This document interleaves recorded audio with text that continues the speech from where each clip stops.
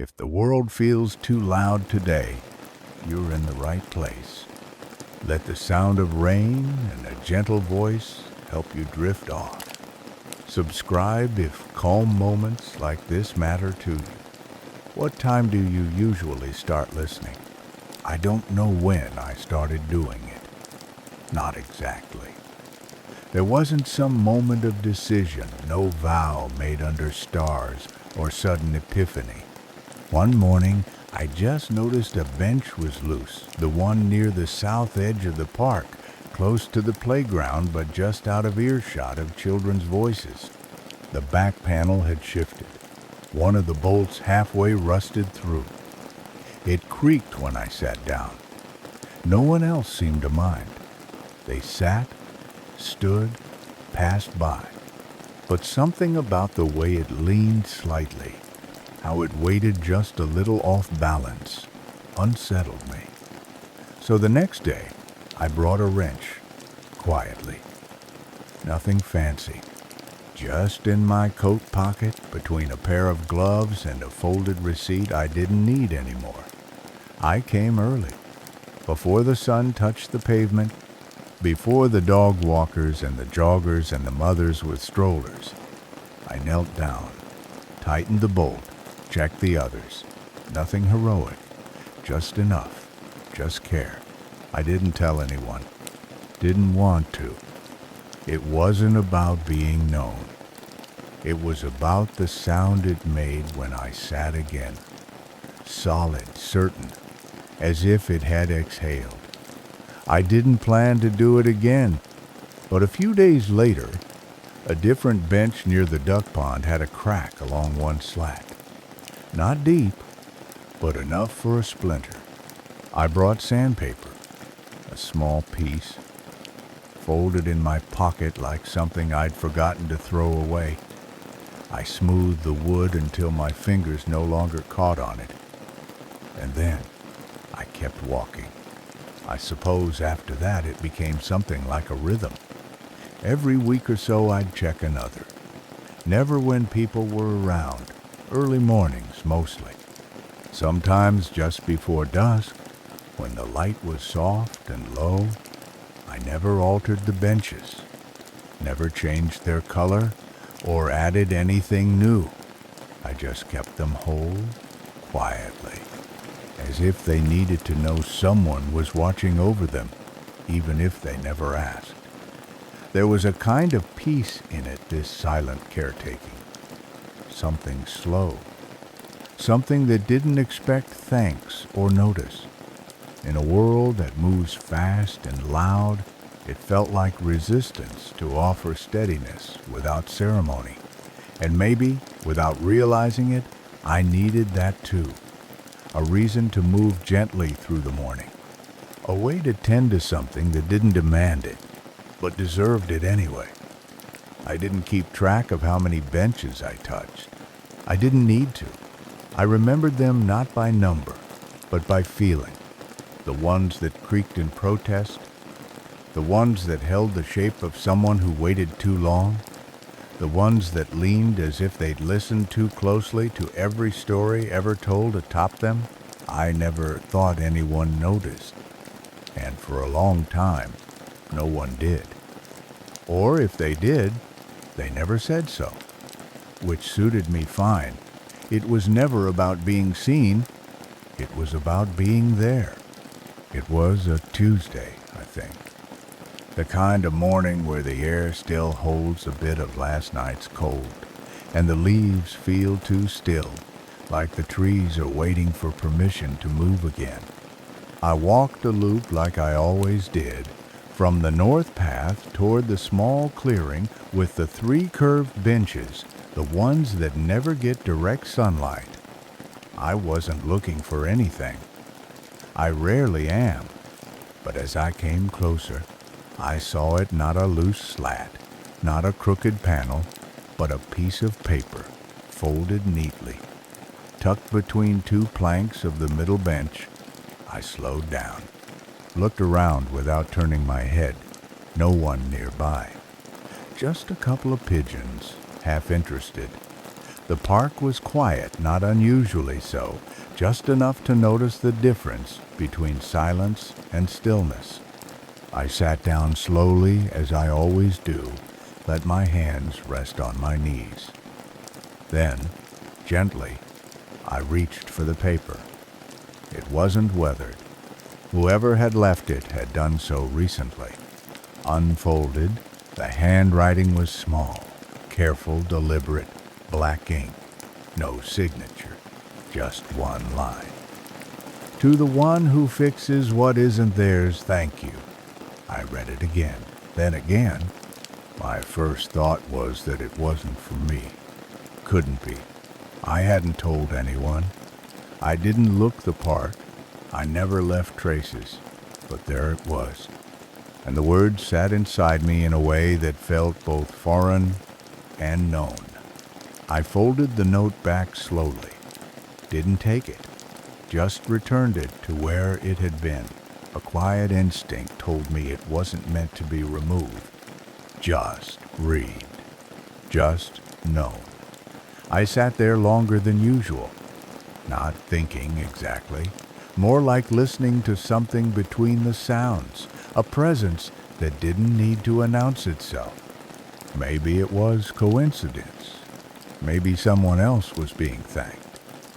But something in the phrasing, in the way it was left, not pinned or taped or weighed down, felt like an echo of how I'd been moving through this place. Quietly, carefully, and now, maybe, noticed. Not for show, but for presence, for care. It didn't feel like exposure. It felt like acknowledgement. And that is a rarer kind of recognition, one that doesn't name you, doesn't pull you forward, but simply says, you're not invisible. I left the bench slowly, didn't look back, didn't rush, just walked one step softer than the last. That night I slept deeper than I had in weeks, not because I felt important, but because I felt placed. As if I belonged to something I hadn't realized was large enough to hold me. It began subtly. A week or two after the note, I noticed something strange. A bench near the eastern fence, one I'd marked in my mind for later, had already been tended to. It had a warped backrest, the wood slightly bowed, one corner starting to split. I'd meant to come back with clamps, with patience.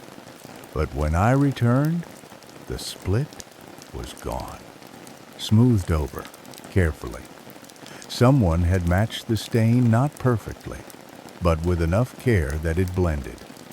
I stopped, ran my fingers over it. It wasn't my work, that much I knew. And still, it felt familiar. Or maybe just in harmony. Like someone who knows how to speak your language without learning it. I didn't see anyone nearby. The park was its usual rhythm, birdsong woven with distant footsteps, trees rustling like pages turning. But something was different. The next week, another bench near the pond had a new bracket, a clean one, recently installed, not rusted, not standard issue city hardware. Again, not mine. And again, no sign of who had done it. I didn't feel threatened, not even curious in the urgent way, just softened. It was a quiet relief I hadn't known I was waiting for. All this time I had believed the work was mine alone, not out of pride, but necessity. Not because I thought no one else would, but because I never imagined someone else already was. I sat on that bench for a while, hands folded, back straight. I thought of the note again, to the one who fixes what isn't theirs. Maybe it hadn't been just for me. Maybe it had been for both of us, two people moving through the same space, leaving calm behind them without needing applause. I began walking differently after that. Not slower, not faster, but with a sense of company, as if my footsteps were part of something wider, a pattern, a care passed like a thread between quiet hands. Sometimes I'd leave something small, a spare washer, a note with no words, just an arrow drawn on paper pointing toward the next bench. Nothing loud, nothing demanding. I didn't expect replies. And yet, sometimes they came. One day, the wrench I'd forgotten near a planter was returned not to me, but tucked gently into the slats of a bench I'd just repaired, wrapped in a cloth. Clean. Another time, a sliver of wood carved into the shape of a leaf was resting on a newly fixed armrest. No signature, no need. I took it home. It sits on my windowsill now, catching morning light. Proof, perhaps, that care travels. That the small things we tend to quietly are rarely ours alone. Someone else always sees. Maybe not right away, maybe not with words, but they see. And sometimes, if we're lucky, they walk beside us, never asking who started it, just continuing, gently. I saw her before she saw me. Late afternoon light poured through the trees, catching in her hair, setting it briefly aglow. She was sitting on the far end of the long bench near the maple grove, the one with the low dip in the middle, that I had reinforced just 2 days before. She wasn't reading, not on her phone, just sitting, upright, still, as if waiting for nothing in particular. I slowed my steps. It wasn't often I saw someone in the middle of the repair. They usually came before or after, never during. But this time, she was part of it, a part of the moment I hadn't anticipated. As I approached, she looked up, calm and unsurprised, like she had expected someone eventually. Our eyes met, and she offered a small smile, not polite, not curious, just soft. "You fixed this one," she said. No question, just a statement. Her voice was low, even, the kind of voice that doesn't rush to fill silence but sits inside it comfortably. I paused. "Yes," I said, and then, for some reason, added, "just recently." She nodded. "I come here often. Used to avoid this bench because it creaked. It felt tired, like it didn't want to hold anyone anymore." She patted the slat beside her, gently. "Now it feels different, like it can breathe again." I didn't know what to say to that. I wasn't used to talking about the benches, at least not to someone sitting on one. I just stood there for a moment, unsure if I should continue on. But then she said quietly, "Thank you for not letting it go to ruin." There was no sentimentality in it, no dramatic tone, just recognition, the kind that feels like someone has looked directly at you, not through you. I nodded. That was all I could do. I didn't sit, didn't linger. I just gave a small wave as I turned to leave. She didn't watch me go, just returned her gaze to the trees in front of her. But as I walked, something in me felt lighter. Not because I'd been seen, but because something I'd done had made someone feel held, even if just by wood and bolts and attention. That night, I thought about all the benches I'd worked on, the ones I'd passed, without knowing someone like her might sit there, needing a place that didn't creak under the weight of their day. I hadn't fixed them for that reason, but maybe that's why it mattered. Not for the effort, but for the quiet comfort it offered to someone I'd never meet, or only meet once. In that way, the work continued, not just in wood, but in presence. And the benches perhaps remembered us all, each of us who needed somewhere solid to rest for a while. There's something that happens when you spend enough time with something still. It starts to speak not in words, but in patterns, in the way the grain of the wood shifts slightly in the light, in how the rust grows differently depending on where people rest their hands. You start to hear things, not with your ears, but somewhere quieter. I don't know when I stopped thinking of the benches as objects and started sensing them as something else.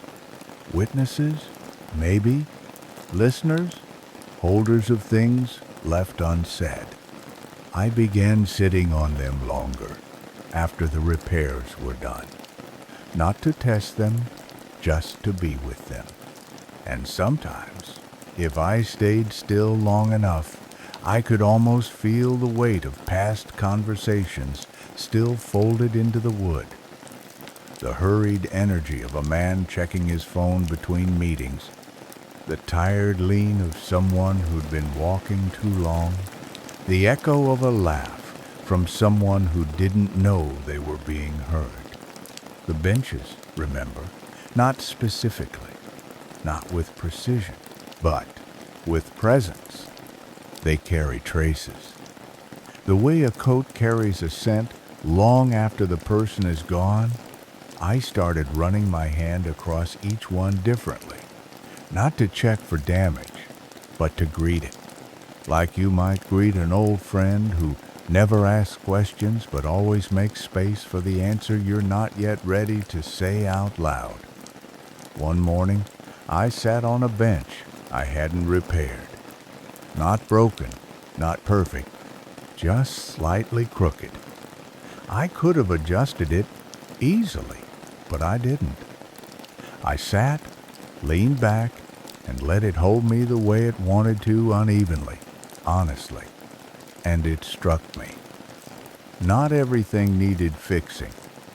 Some things needed noticing, witnessing, respect. I'd been tending to the benches like wounds, but maybe they weren't wounds. Maybe they were maps. And each curve, each crack, each mark, a way of telling someone that they, too, didn't have to be perfectly aligned to be worthy of stillness. I think that's when I began listening more than doing. Not always. There were still bolts that needed tightening, wood that begged for smoothing. But there were also moments to just sit, to leave things a little off-center, to let someone else come and find the comfort in imperfection. I realized I wasn't repairing benches anymore. I was tending to spaces of pause.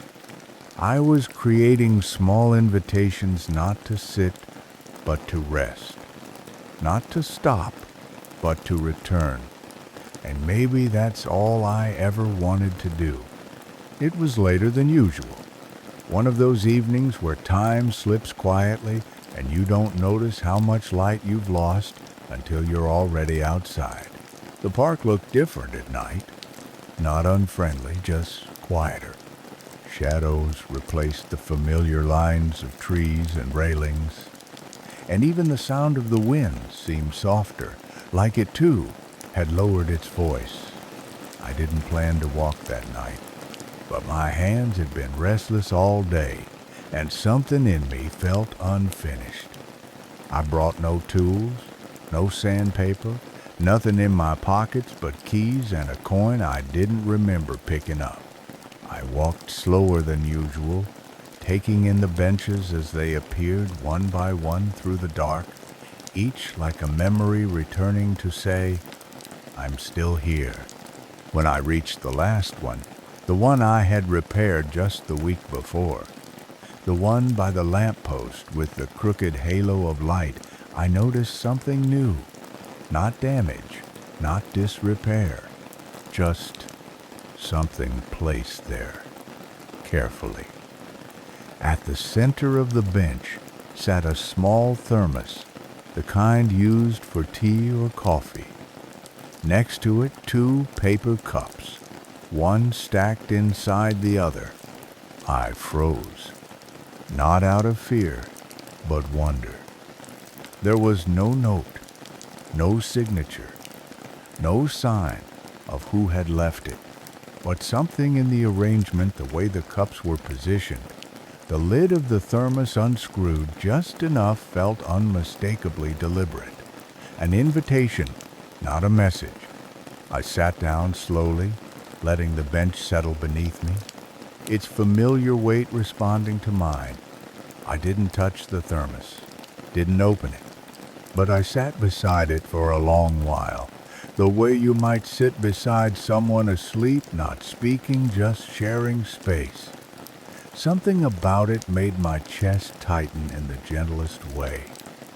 Someone had thought of me, or someone like me. Someone who came late, who listened, who touched things not to claim them but to keep them from falling further apart. I watched the light tremble above us, the leaves moving like distant hands, and I whispered, barely louder than breath, "Thank you." Not knowing who it was for. Maybe the benches. Maybe the person who'd left the thermos. Maybe just the moment itself, which had given me more than I knew I needed. I didn't take the cups, didn't open the thermos. When I left, I let it remain exactly as I'd found it. Because sometimes what's offered isn't meant to be used, only felt. And in that quiet between 2 paper cups and the night's deep breath, I realized something. Someone, somewhere, had understood the kind of silence I live inside, and they'd answered with their own. She was sitting at the far edge of the long bench near the pond, knees drawn slightly inward, scarf tucked under her chin, the way I remembered she used to do when she was nervous. At first, I didn't believe it was her. Time does that. Softens the edges, changes the posture of a person without touching the core. But then she looked up, turned her face just enough into the light, and I knew. It wasn't a memory. It was her. Her hair was shorter now, her eyes quieter. The years between us didn't feel heavy. They just felt folded. I didn't say anything right away. I simply walked past, as if I were just anyone taking his usual route. But she noticed me. Maybe not immediately. Maybe not as me. But after a few seconds, she called out softly, "You walk here often, don't you?" Her voice hadn't changed, still deliberate. Still with that slight pause before the last word. I stopped, turned. "Most mornings," I said, "and some evenings." She nodded, not surprised. "I've seen someone working on these benches," she said, looking down at the one she sat on, fixing them quietly. Not city workers, just someone who cares. She looked back up at me. "Is that you?" I didn't answer right away, just walked closer, sat slowly, leaving space between us, not for distance, for memory to breathe. "Sometimes," I said, "not always." She smiled faintly. "This one," she said, running her palm along the wood beside her, "used to creak. I remember it. I came here a lot after everything changed. It was the only place that didn't expect anything from me." I glanced at her. "Still doesn't," I said. She nodded again. "I think that's why I keep coming back." For a while, we didn't speak. The pond shimmered in the fading light, and the world seemed to exhale around us. No questions, no explanations. Just the quiet rhythm of two people who used to know each other, now sharing a pause. Eventually she said, almost to herself, "I always thought you'd become someone who builds things." I didn't reply. But I think the bench did. It held us both without strain, without sound. And that was enough. When she finally stood, she placed her hand on the backrest gently. "Thank you," she said. Not to me directly, but to the moment, to the space, maybe even to the years between us. I watched her walk away, her coat swinging slightly with each step, just as it used to. And for the first time in a long time, I felt like I had arrived at something I hadn't been looking for. Not closure, not reconnection, just the quiet recognition that the past doesn't always knock. Sometimes it sits beside you, says very little, and lets you keep going. I left a wrench behind, not by accident. Wrapped in cloth, clean, placed beneath the bench near the west gate, where the wood always holds a little more warmth. It wasn't a gesture. It wasn't symbolic. It was readiness. A quiet way of saying, if you're here, and if you see what I saw, you don't need to start from nothing. The bench is here, the rhythm is here, the stillness is waiting. That morning, the park was soft with fog, the kind that quiets the city and blurs the edges of even the clearest things. I walked slower than usual, not because I was tired, but because everything in me felt full. Not heavy, just full. I visited the benches one by one, touched the wood gently, not to check for damage, but like someone touching photographs they're not yet ready to put away. Each one held a piece of something I couldn't name. A memory, maybe. A moment. A version of myself I no longer needed to carry.